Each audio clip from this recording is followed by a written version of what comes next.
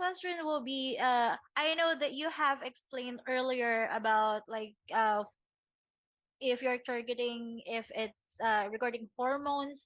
How about can you discuss a little bit more of the role of genetics in the development and treatment of breast cancer?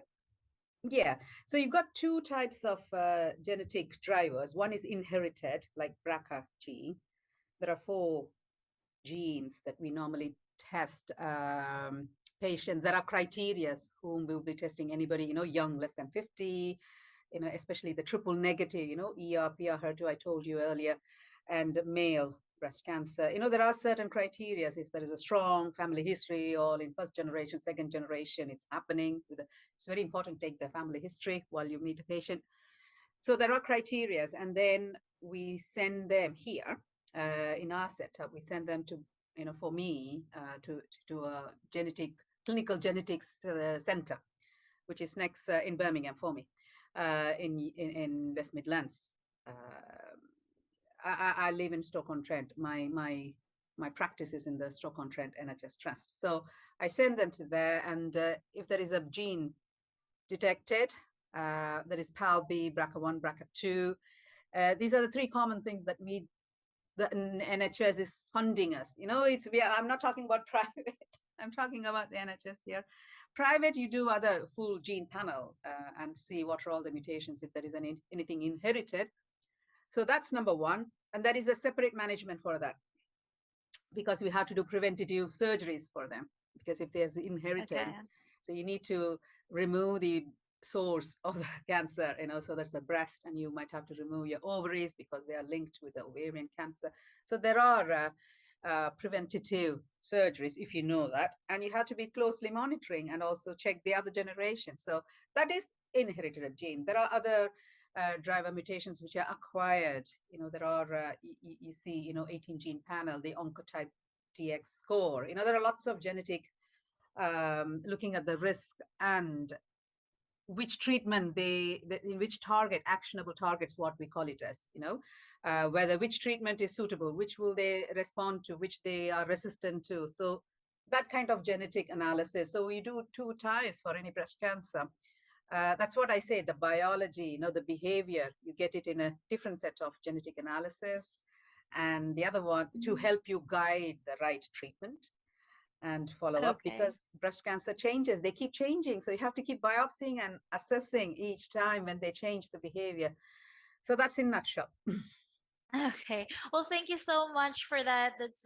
It's very informative. As well, my next question will be, well, what is the impact of the COVID-19 pandemic on breast cancer care and research? And my research, I think it has had a big hit on a negative side. You know, uh, First of all, lack of resource. The workforce was totally down. And we have to drop down. We have to temporarily stop. We couldn't open the SIVs. Everybody was keeping safe, and the research, you can't do it behind the door. You have to be Yeah, I getting the mean people it's in and getting workforce in, and we couldn't accept new research. Even the existing research, we have to stop recruiting. So it had a big impact. Having said that, that is for the uh, ongoing, whomever is already ongoing, and we just have to be quite careful in terms of going back to the research team, the central team, to see, have you got any amendments in the protocol? Have you got any amendments in the follow-up? That needs to also was taking place. I think that we had a massive hit. We couldn't proceed much on forward I mean, during the COVID, obviously. how about right now that, I mean, obviously, I know we are still in the pandemic state, or at least in our area. I'm not sure in in yours, but how is it going now? I mean, has it progressed really good? I think it is taken off. It is started to um, come alive from slumber. Um, People are gaining the confidence, and we are opening up new trials, and it will take time to get into a full swing. But I can say that, yeah, we have started to open up and started to recruit, and patients and people workforce are feeling more confident in it. So Yeah, I that's a mean positive that's change. great. That's great to hear in a positive way. Well, I think my last question for you, Dr. Apura, will, how can the general public help in the fight against breast cancer? I mean, because I am a woman myself, and I am really interested on how to prevent. And as you said earlier, our family has some background of breast cancer, so I'm really interested on how can I be a part, or what would the general public Hmm. part of. I think if you have a first degree or a second degree relative having a breast cancer, then I would say, or even otherwise, as a general, even including me, I would say um, self-awareness and self-examination is very important. I will tell all my patients, stand in front of the mirror. It doesn't matter if you have a strong family history, and if you're worried about the inherited, again, start at the age of 20.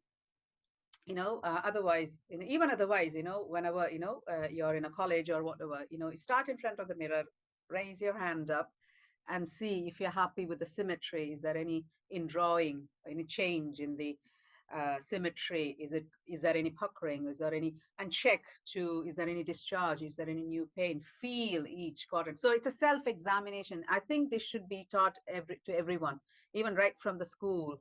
We should put it, all these preventive measures of self-examination, awareness of this. The cancer awareness should start in the higher secondary, not very young. I mean, you don't want to take the childhood dream away, but certainly, when they are well, maybe during the college times, it should become a part of curriculum in a healthy way of doing it, rather than leaving it after it has come and, oh, I would have done that, I didn't know. And I think there should be a system in the government, that there should be a preventive screening system and awareness across all functions, all specialities, so be it in a corporate or anywhere, across all levels of what is, I'm finding the right word. You should make it aware, any specialities, that everybody shouldn't feel shy. It should be like it's a common thing. It's a normal thing. Yes, There shouldn't be a stigma that because you did it, oh my God, oh, you shouldn't. We should put a I healthy agree. hat on it and say it's for your good, for the community. Please do it. We should promote it that way. I think that will help. Okay. Well, thank you so much, Dr. Apura. Dr. Apurna. I'm sorry, I mispronounced that. That's okay. But I'll give you to our other Rose, Rose, yeah, and okay. Thank you, Rosalind. I All the think very best. It was lovely to hear all your queries. It thank was you good so questions. Thank you. much. Thank you. Hello. Hi, Rose. Where are you from? Hello, Dr. Aporna. Now it's Mhm. my turn. Thank you. So I am Rose Philip from Philippines also. So I have some questions also here, but I think some of these are already okay. Can I start now? Yeah, okay. So can you discuss the rule of surgery in breast cancer treatment and the different type of the surgical options available? Right. Okay. Surgery in breast cancer. So you got two categories here. One is radical surgery, curative surgery. The other one is palliative surgery, where you do it for symptom control, for debulking surgery. So two types. So So let's talk about the radical one.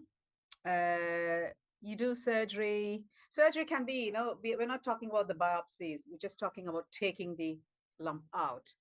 It's not just the primary lump out, which we call it as wide local excision. There are also lymph nodes. People do take some lymph node sampling in the armpit, remove the lymph nodes where the primary can spread to a lymph node, or clearance. You can clear all the levels along the armpit.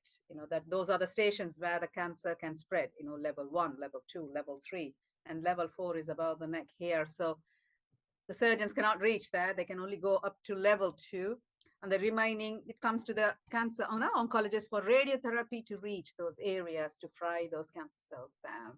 And then there is internal mammary nodal change. So this is like a horseshoe. This is the path where the cancer jumps along the routine path. And then it can also shower because they're all interlinked. They're all lymphatic and blood vessels linked to the cancer, that lump. So it can shower anywhere as well. So the surgeons will make sure that it's not gone anywhere, do all the necessary scans. It's only localized and assess the behavior, whether even, whether you need, if it is quite a high risk, quite a nasty cancer, they won't take it out straight away. They will come to me and say, you give chemotherapy or whatever, immunotherapy or biological agents, depending upon the behavior from the biopsy. You sterilize the whole body, shrink the tumor, then I will do surgery and I'll take the lump out and the lymph nodes, depending upon the response and the scan images. Or I will take the breast out because it was very locally advanced initially. And you can't give a healthy skin, the risk of coming back. So they will take the lump, the whole breast out. Or the patient's choice. I don't want breast. Oh my God, that's the culprit. I can't live with the breast. Take everything out. So there is a prophylactic preventative mastectomy as well. So these are the rules of surgery. Or if it is BRCA gene inherited, so the surgeons will remove the breast irrespective. It's all counseling and discussion. So this is a preventative surgery. That's the role of surgery. And you have to have a good collaboration, understanding between the oncologist and the surgeons, the timing of surgery, along the pathway. What is the right, best outcome, the survival outcome will be. And other occasions, you can still start palliative. Palliative is a spectrum, as I said. There is only one lesion in the bone or one lesion in the liver. The rest is in the breast.